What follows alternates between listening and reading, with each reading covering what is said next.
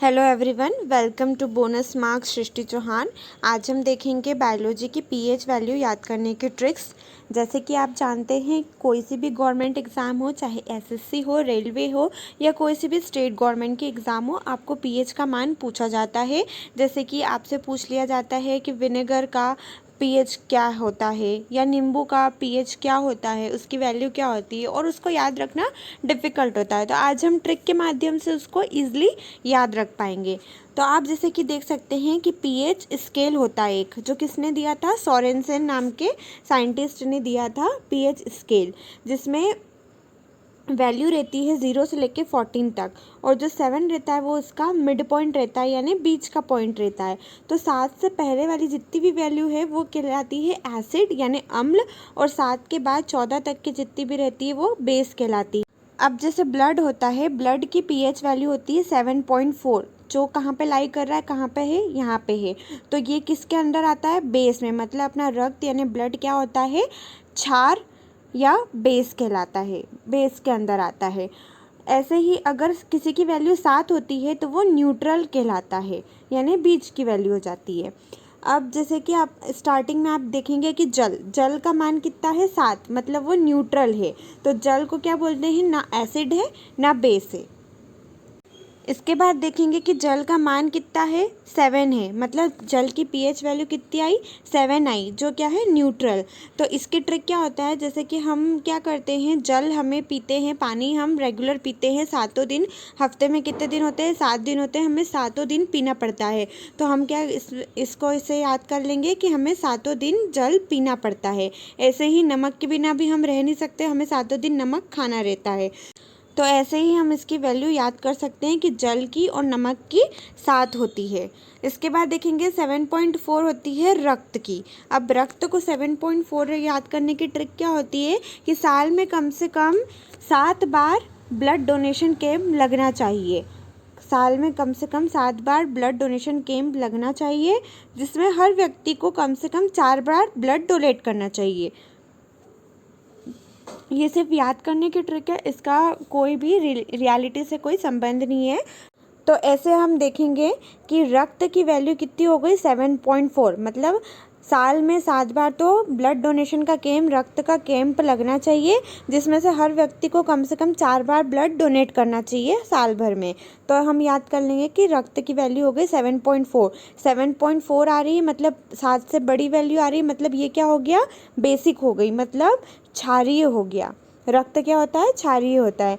आंसू, आंसू क्या होता है, इसकी भी वैल्यू 7.4 होती है। अब जैसे कि दो चीज़ को आप रिलेट कर सकते हैं, आपने यहाँ पे देखा था जल और नमक को, दोनों की वैल्यू सेम है, ऐसी रक्त और आंसू की दोनों की वैल्यू सेम है। आप देखेंगे कि जल और नमक में 7-7 आया, और रक्त और आंसू में 7.4 और 7.4 आए।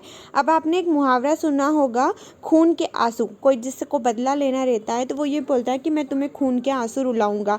तो खून और आंसू दोनों की वैल्यू सेम है, वो कितनी है, 7.4। ठीक है। इसके बाद आप एक और ट्रिक से देख सकते हैं इसको, कि जब साल में 7 बार ब्लड डोनेशन कैंप लगेगा तो कंपलसरी है कि 4 बार ब्लड डोनेट करना होगा। तो लोगों को क्या होगा, आंसू आएंगे इतनी बार ब्लड डोनेट करने में। तो आप इसको भी याद रख सकते हैं, वरना आप आंसू और खून से भी रिलेट कर सकते हैं, खून के आंसू से। अब नींबू की वैल्यू कितनी होती है, 2.4। अब जैसे एक नींबू है, अगर हम इसे काटेंगे तो पहले क्या करेंगे, इसके 2 टुकड़े करेंगे, फिर क्या करेंगे, 4 टुकड़े करेंगे। तो हम कैसे याद रखेंगे इसको, 2.4। नींबू को जब भी काटते हैं तो पहले 2 टुकड़े करते हैं, उसके बाद 4 टुकड़े करते हैं। तो 2.4 ये पीएच स्केल में 7 से छोटी संख्या है, मतलब नींबू क्या रहता है, एसिडिक रहता है, यानी अम्लीय रहता है। इसके बाद देखेंगे दूध का है, तो दूध कितना है, 6.4। अब आप ये मान लीजिए, अभी 50 रुपये किलो तो हो ही गया है दूध, लेकिन अब आप ये मान लीजिए कि अभी आने वाले समय में क्या होगा कि दूध जो होगा 64 रुपये लीटर होगा। 64 रुपये किलो या 64 केजी या 64 लीटर होगा। तो 64 से हम ये याद रखेंगे 6.4। अब दूध भी क्या है, 7 से छोटा है, मतलब दूध भी एसिडिक होता है, यानी अम्लीय होता है। नेक्स्ट देखेंगे सिरका यानी विनेगर। विनेगर की वैल्यू कितनी होती है, 3। तो आप इससे ये ध्यान रखेंगे कि सिरका कैसा रहता है, तीखा रहता है, यानी उसका टेस्ट कैसा रहता है, तीखा रहता है, तो तीखा से हो जाएगा 3। तो आप ध्यान में रखेंगे कि सिरका की वैल्यू कितनी है, 3। ये भी छोटा है 7 से, तो ये भी क्या हो जाएगा, एसिडिक हो जाएगा। अभी तक आपने देखा कि सिर्फ ब्लड ही ऐसा है जो अम्लीय था, अम्लीय नहीं था, मतलब क्षारीय था। इसके बाद देखेंगे शराब। शराब में क्या रहता है, कोई भी आदमी शराब पीता है तो उसको 2 लोगों की जगह 8 लोग दिखते हैं।